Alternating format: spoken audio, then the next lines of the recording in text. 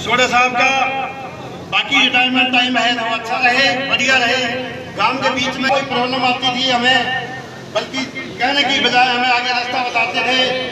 और भी इन्होंने बहुत काम किया, चाहे मतलब 400 ऐसी डिसिप्लिनरी केस थे अपने डीएच के अंदर, जो पहले था इन्होंने अपनी अपील के अंदर उनको बरी किया। इस तरह के काम इन्होंने किए। तो साथियों, इनकी जो दिमाग में डेडिकेटता थी या एम्प्लॉई के प्रति इनकी भावना थी।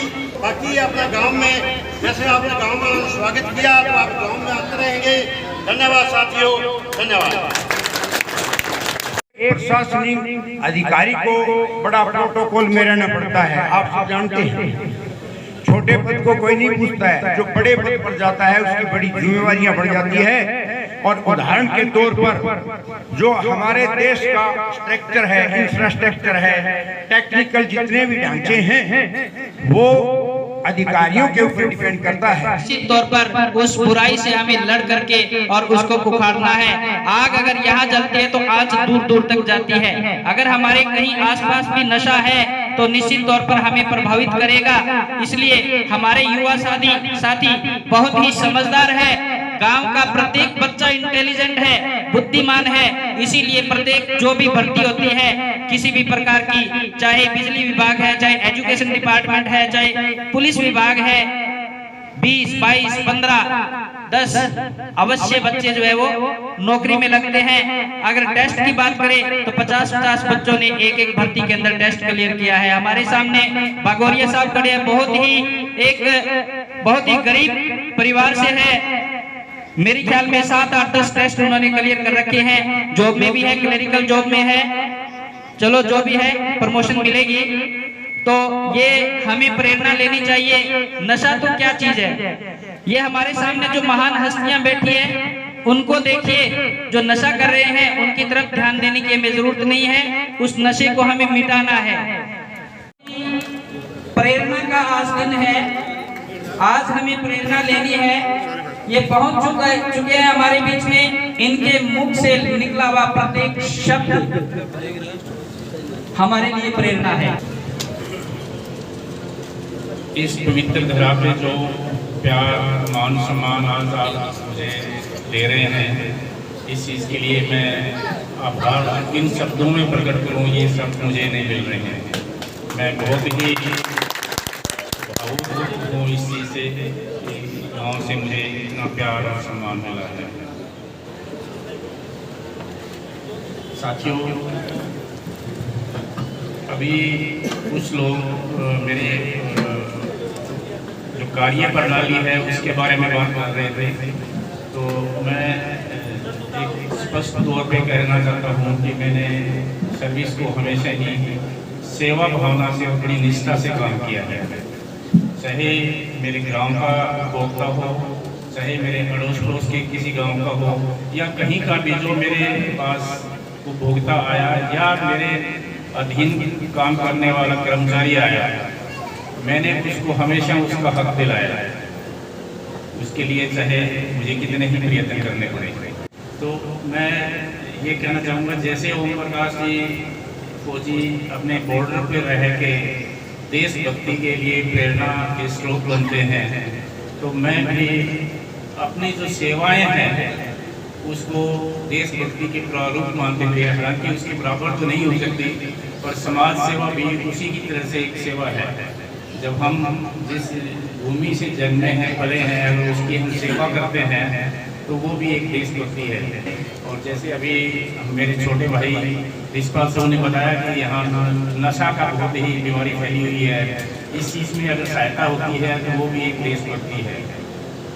अभी मेरी रिटायरमेंट के होने के बाद अभी जो मेरे साथियों ने बताया कि 36 साल की नौकरी करने के बाद जैसे मैं SDO लगा था और SDO से लेके डायरेक्टर रिटायर हुआ, पर इस कड़ी के पहुंचने के लिए आज अगर मैं अपने स्वर्गीय माता पिता को याद ना करूं तो मेरी यात्रा अधूरी रहेगी। मैं जब यहाँ 9वीं या 10वीं क्लास में पढ़ रहा था तो मुझे तो मालूम ही नहीं था कि इंजीनियरिंग करने के लिए करना क्या पड़ता है। ये मेरे स्वर्गीय पिताजी की दूरदर्शिता थी, उनका मार्गदर्शन था।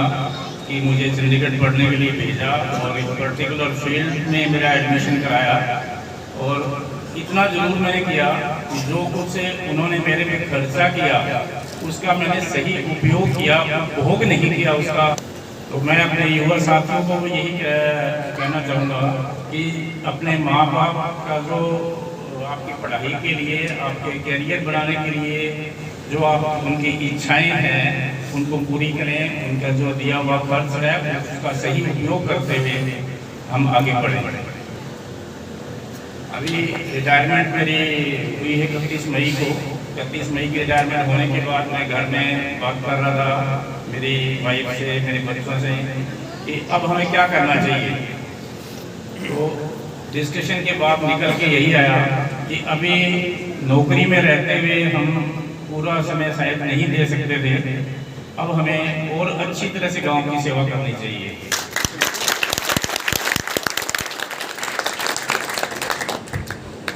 मेरा एक सपना है कि हमारा गांव, सिर्फ हमारा गांव ही नहीं, आसपास के जो हमारे गांव हैं सारे आदर्श गांव बने, जिसमें सब खुशहाल हो, मूलभूत सुविधाएं सब में हो, ऐसा गांव रहे। तो मेरी एक सभी के सामने, पर्टिकुलरली हमारा युवा वर्ग है, उनके सामने एक प्रपोजल है कि मैं एक ट्रस्ट बनाना चाहता हूँ आप सबके सहयोग से, मेरा गांव आदर्श गांव के नाम से। तो इसमें सारे युवा साथी काम करेंगे और उनका जो मेन मुख्य काम रहेगा, जैसे अभी मेरे छोटे भाई रिशपाल साहब ने बताया कि नशा जो हमारी एक बीमारी बना हुआ है, तो आदर्श गांव के जो हमारे मुख्य रहेंगे आगे, जिसके ऊपर हम काम करेंगे कि नशा मुक्ति में हम इसको ख़त्म करने के लिए सहयोग करें। हमारी जो एक कमेटी जो बनेगी, इसी तरह से आज हम बैठे हैं, इतनी गर्मी का मौसम है, ये वातावरण बदल रहा है, हर साल गर्मी बढ़ रही है। और ख़ास करके अगर हम आसपास के 8-10 गाँवों को देखें तो यहाँ हमारे बारिश हमेशा ही कम रहती है ना कम। इधर पनीवाड़ा से आके, खड़िया से आके बारिश अच्छी हो जाती है, इधर गंगा गोरीवाड़ा से भी आगे अच्छी बारिश हो जाती है, इन गाँवों में कम रहती है। हम आदर्श गाँव के बारे में बात करें तो एक पेड़ पौधे लगाने में भी पूरा सहयोग देंगे।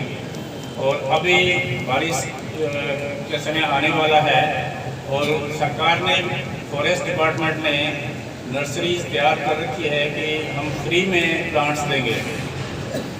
तो मेरी सभी ग्रामवासियों से, आसपास के जो गांव से आए हुए हैं, उनसे मेरी प्रार्थना है कि कम से कम जितने हम ज़मीन के मालिक हैं, हर एकड़ के पीछे अगर 2 पेड़ लगाएं और उसकी सेवा करें तो कम से कम एक तो जरूर उसमें से तैयार हो जाएगा। तो हर साल हम अगर इस तरह से अगर पेड़ लगाएंगे तो ये एरिया भी हरा भरा होगा और इसका वातावरण भी अच्छा हो जाएगा। हम कमेटी बनाने की जो सोच रहे हैं वो उसका काम गांव की शिक्षा के बारे में रहेगा।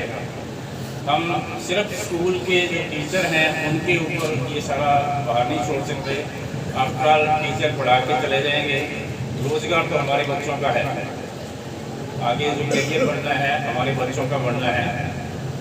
तो वो कमेटी जहाँ भी अगर हमारे स्कूल में कोई चीज़ की कमी है, कोई बच्चा गरीब है, वो किसी तरह से शिक्षा ग्रहण नहीं कर पाता है, तो उसकी सहायता करें। और इस कमेटी के बढ़ाने के लिए एक शुरुआत के तौर पे मैं 1 लाख रुपए का चंदा देता हूँ। इसकी शुरुआत 1 लाख से कर रहे हैं, बाकी उसमें जो भी योगदान देना चाहेंगे देंगे और गांव के युवा साथी ही इसको चलाएंगे। मैं थोड़ा सा जानना चाहूँगा अपने युवा साथियों से, क्या मंजूर है? बहुत अच्छी बात है। इस गांव के युवा वैसे भी इकट्ठे मिलके बहुत ही शुभ काम करते रहते हैं। ये गौशाला जो है इसको चलाने में भी बहुत योगदान देते हैं। 30 साल पहले ये पौधा लगाया था, उसमें सब लोग मिलके चंदा दे के और परिश्रम करके इसको हम आगे बढ़ा रहे हैं और गौ माता की सेवा कर रहे हैं। ये भी हमारा एक राष्ट्र हित में ही काम है, ये भी एक देशभक्ति है। सभी युवाओं से उज्ज्वल भविष्य की कामना करता हुआ अपनी वाणी को विराम देता हूँ और फिर दोबारा दोहराता हूँ कि हम इस ट्रस्ट को बना के और इसके माध्यम से अपने गांव की और विकास करें। धन्यवाद।